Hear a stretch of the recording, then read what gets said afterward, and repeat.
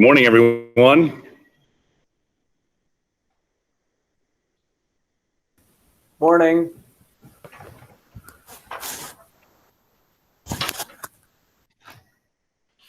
Just have a few housekeeping reminders. Basically, if you could try to keep your mics muted, and then if you have a question, you can do that in the chat, and we'll talk about it. But feel free to send the message during the presentation if I notice it quick, I'll try to answer it immediately. Otherwise, it might have to wait till the end. But I'll make sure to let everybody know the question and then what the response is. Okay.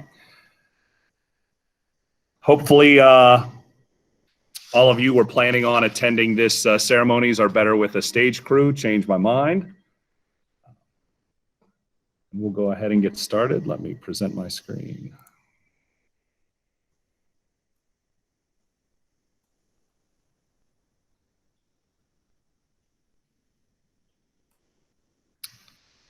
Okay, can everybody see?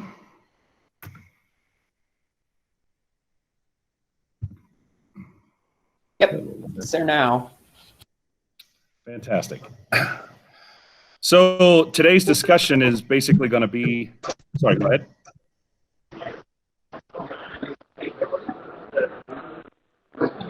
Gary, did you have a question?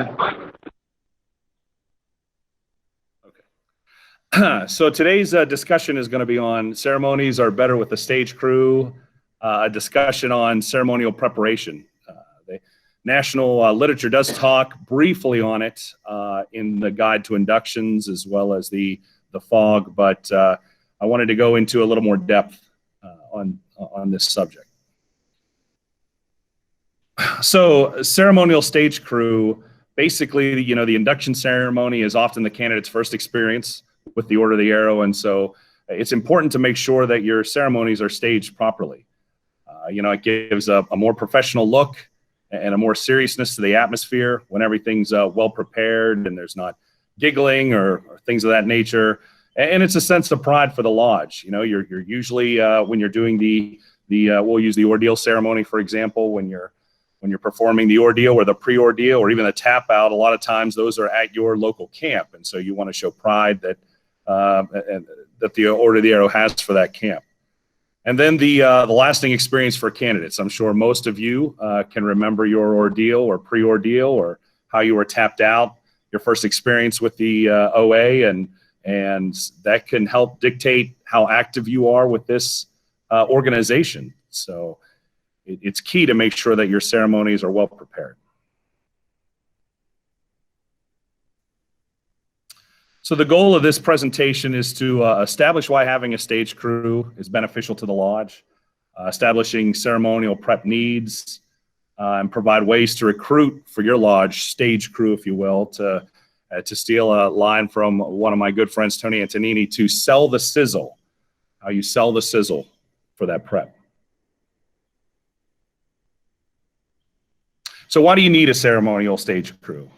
Depending on your lodge, it might be different on who is in charge with setting up the ceremonial site versus who's actually participating in the ceremonies themselves as ceremonialists.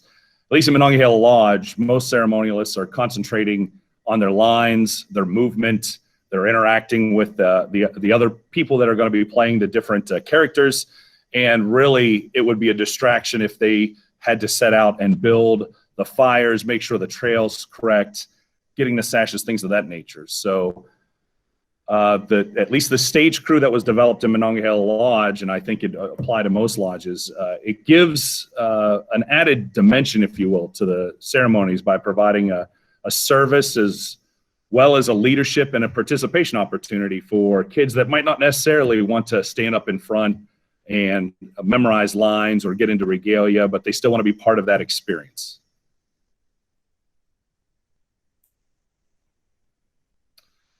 So what does the ceremonial stage crew do? Well, basics for ceremony prep. They look at material preparation, they look at schedule verification, trail and site staging, and of course take into consideration any emergency preparedness or safety issues. And we'll go through each one of those in a little more detail. Material preparation. Hopefully you have a dedicated location, you know, that you're housing your OA equipment. For Monongahela Lodge, they have the old maintenance shed, which is a dry location, simply just out of weather to handle our equipment. Equipment should be inspected and maintained, especially fire-related equipment. You know, it's liquid fuel should only be carried in their approved containers. Broken torches or other fire equipment should be repaired or discarded.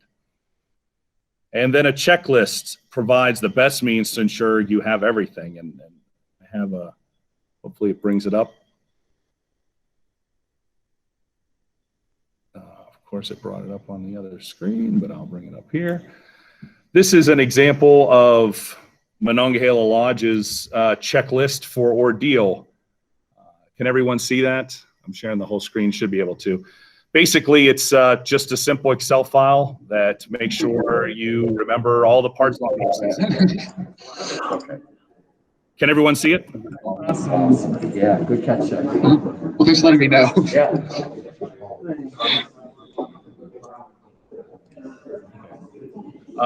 Just to continue, we have torches, toilet paper, candles, ordeal ropes, sashes. We include in ours as well the actual items that are used in the ceremonies, because once again, that's something the stage crew tries to take care of, so the ceremonialists can work more towards the actual ceremonies themselves. So that's an example of the checklist. Bring this back over here.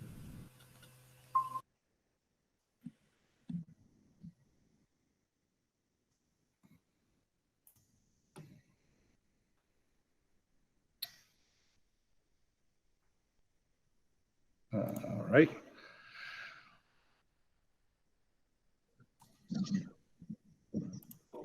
And then also schedule verification is a big part of it.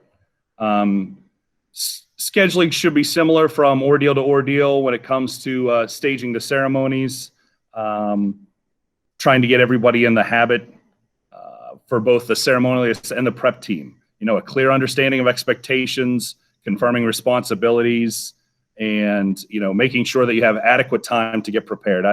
I can't tell you the number of times that we've had ceremonies going 9, 10, 11 o'clock at night because things were just missed. People weren't sure the timing.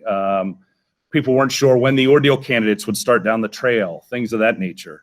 And so making sure everybody's on the same page and having a schedule is key. And I'll share another. This is an example of Appendix B from Monongahela Lodge's Pyrotechnical Crew Handbook that talks about the schedule for both pre-ordeal and ordeal ceremony. And it basically is a backdated schedule in terms of 3 hours prior to the ceremony, 2 hours prior, and so on and so forth. I know that's probably a little small for you guys. Let me bring that up. And I just want to let everybody know that at the end of this training, at the end of Conclave, the material that I'm presenting on here, including my slides, will be available for people to download and use if you find useful. So this goes into everything from site prep, trail prep, time before, when to light torches, fires, things of that nature. So it's a pretty helpful tool. Once again, every lodge is a little different. Maybe your site's extremely far away. Maybe it's close. Maybe it's different every time. You have to take that into consideration when you're doing the backdating for the schedule. All right.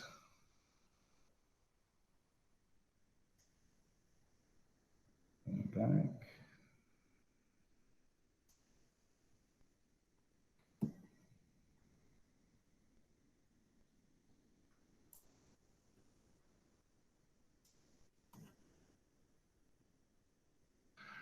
So before they can even get to the site, obviously they have to go through the trail. Once again, every lodge is different in terms of the trail that they're going to take. Some may be as simple as they go down a road, and others might have a trail that's not used very often, and you have to take that into consideration. verifying the path that's taken to site, a clear path of the debris, and establishing locations that need to be lit.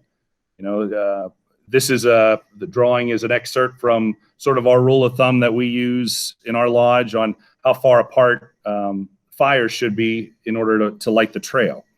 But obviously you need to highlight treacherous terrain or anything else. I mean, keep in mind the ordeal candidates that are coming in are bound typically. And if you are one of those larger lodges that have 40 or 50 members trying to go through in one ceremony, there might not simply be enough torches to keep the trail lit.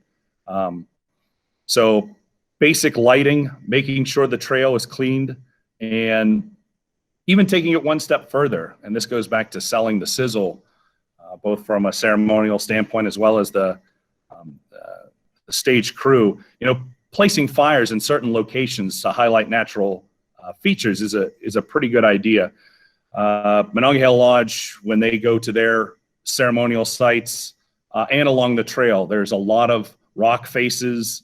There's a lot of streams, neat tree configurations, if you will. It's a poor way to put it, but there's a lot of interesting things that they can see on their trail out. And because it's very quiet, very solemn, that's something for them to look at and see. And for a lot of the kids, at least in Monongahela Lodge, we take them down a trail that they may have never seen before, and definitely in a part of camp that they likely have never seen before. So they're trying to take it all in as they're walking to the site, and it's pretty interesting. So just making sure that it's well lit, clean, and ready for use.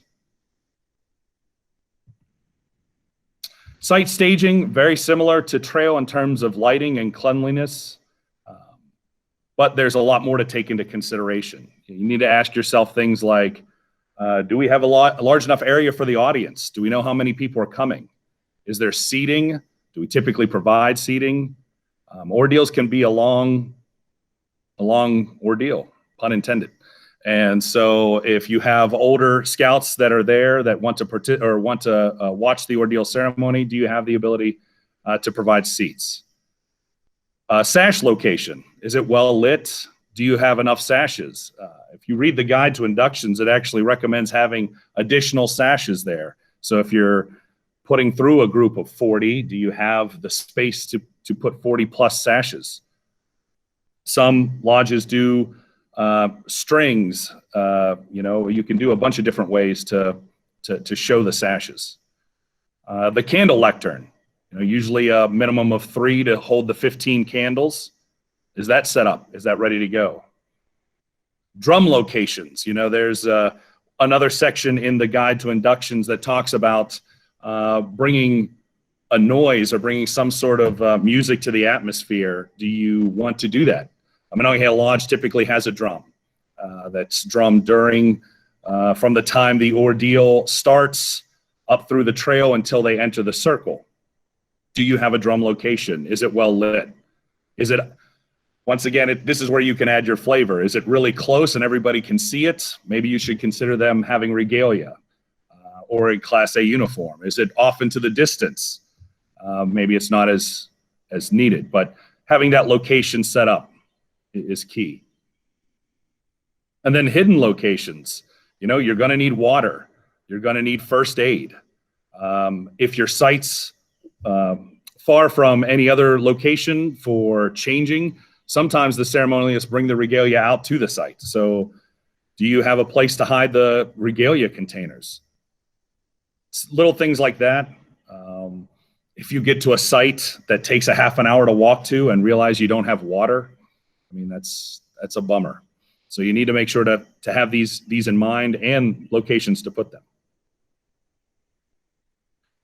And to take it one step forward, further, Monongahela Lodge, when we had our pyro crew trainings, we actually had poster board layouts of each circle. We use more than one circle for our lodge, but we have the layout where all these locations are: the seating, the lectern, the fire, the sashes, things of that nature.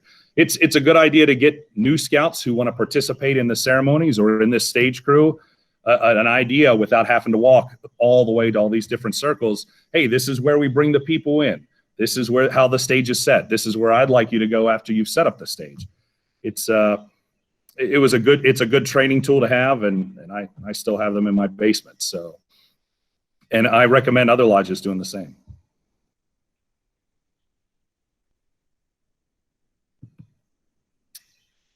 Emergency preparedness. I mean, obviously you're dealing with fire, it's dark, there's lots of opportunities to have some sort of injury. So you need to be prepared.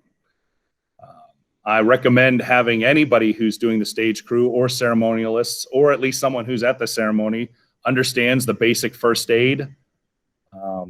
Minor scratches, scrapes, if there's a fire, everyone should know stop, drop, and roll, obviously. And then emergency access. This was key in my lodge a few years back, where we took a hard look at where all of our ceremonial sites are, how quickly could you evacuate someone and get them to the hospital. A quick story, when I was younger and we were in the circle at the end of an ordeal ceremony, and I was Nutekit, where hands are crossed and we're singing the song, and an older gentleman just keeled over, passed out. Here he had overdosed on his heart medication and had caused him to completely pass out in the middle of the ceremony. We could not wake him up. We couldn't revive him at all. We had to get him out immediately. Thank goodness the chief actually was in school for pharmacy and had discovered in his pocket that what he had taken. We got him to the hospital. He ended up being fine, but it was scary to think, how do we get this person out of this site quickly? We're in a remote part of camp. There is no road.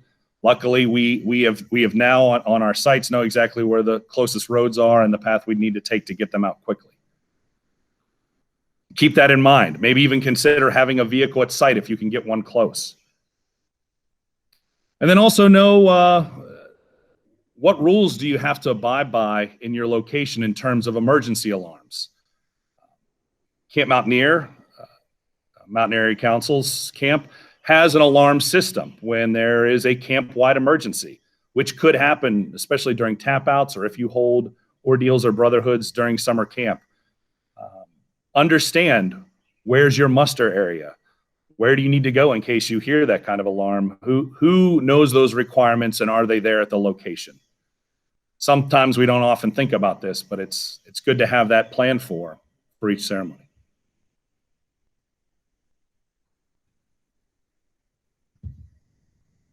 And then safety. Just make sure you've answered things like, what are you doing for lighting after the ceremony? Did the candidates bring flashlights? Do you need to light the trail again to get them out of the site? How are you putting out the fires?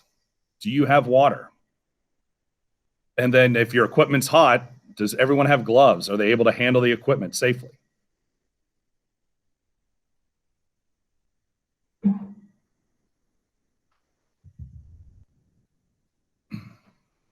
So how to promote the stage crew. Monongahela Lodge, first thing I started with was gave it a cool name called the Pyro Crew, which Pyro Crew is really easy to sell for younger kids. So they found that exciting. And then think about recognition. The Pyro Crew in the past used to issue T-shirts. And in fact, we had a polo shirt not too long ago.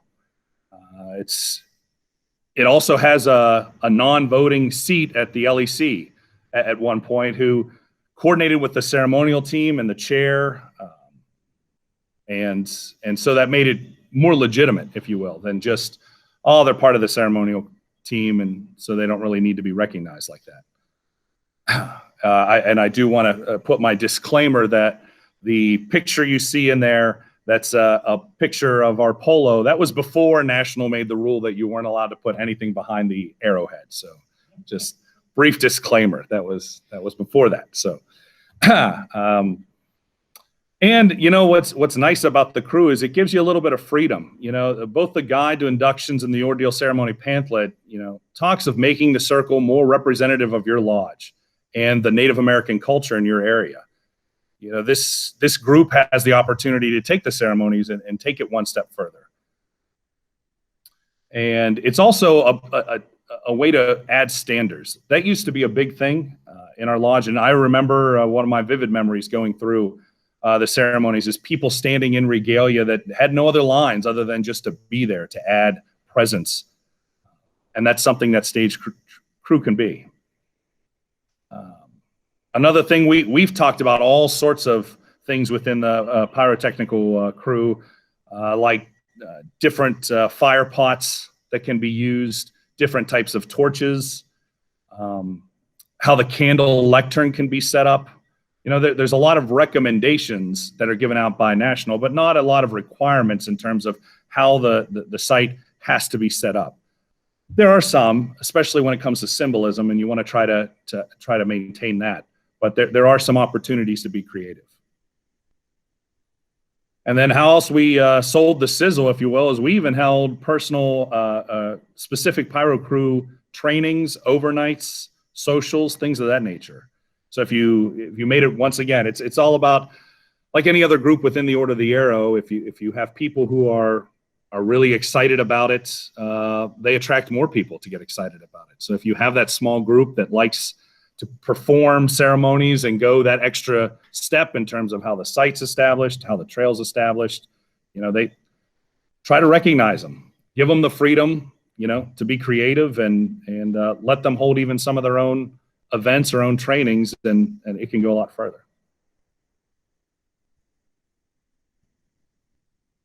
I just wanted to share some of the reference material I used in this presentation and discussed, you know, with the Guide to Safe Scouting, the Guide to Inductions, and the Ordeal Ceremony, as well as Monongahela Lodge has a pyrotechnical crew handbook that talks a lot about trail maintenance and site setup. All right, and with that, do we have any questions? Let's see. Make sure you can use the messenger if you want.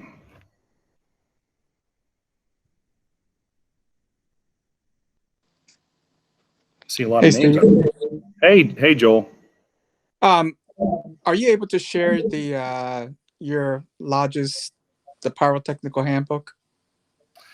I'm sharing a couple excerpts from there. I do not have the ability to share the whole book, but I think the lodge actually has it available for purchase. I think it's just a few bucks. It's not very expensive. Okay. And I know our lodge has just established an online trading post, and I'll make sure that it gets on there too. Thank you. Yeah, no problem. I want to say that I think this is really cool that you have this handbook. I mean, this should be for stage crews and how they do it, because I think it'd be a good idea to have it. I mean, you have safety precautions, and I mean, if National could make this handbook, I think it'd be really good to have. All lodges need this. And going off script here, I think, and this is just, once again, my opinion, but I do think that National struggles a lot currently with the whole ceremonies, the way they're portrayed, and it's sort of controversial. But I also think that there's a lot of discussion over fires, and if you notice, I use the term fire pot, and I didn't say smudge pot. But a lot of lodges continue to use smudge pots, and some lodges have gone full tiki torch, which is truly the only acceptable means of doing a fire per the Guide to Safe Scouting. So for National to put out a document that talks about a lot of this, I think they would have to skirt around a lot of issues with the Guide to Safe Scouting and how fire is used. So, and actually, if you look at our pyrotechnical crew handbook, the very first page has a giant disclaimer talking about how a lot of the items in here discussed are outside the Guide to Safe Scouting. And it is also tough with experience. You know, we've done for years, we've done things like flaming arrows, the breath of the gods, fire hooping, things like that, years and years and years of practice, training required, things of that nature that a lot of lodges and councils probably would not want to take on that risk. So but with that said, I do encourage you to still put together that stage crew. I still do think, to your point, Jake, that It is very beneficial for a lodge to have a group dedicated to setting up these ceremonies, to making them creative, to making them their own, and it can add a lot to the ceremonies.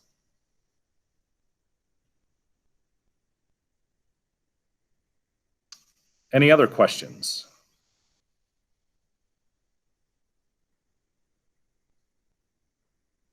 All right. If not, sorry, my training was a bit brief, but I appreciate everyone logging in. Like I said, at the end of Conclave, I plan on sharing all the material I have here, and I will let you guys know. I'll make sure that the Pyrotechnical Crew Handbook at least gets on the website for Mountain Area Council. So with that, everybody enjoy your conclave. Hope to see you at the next training.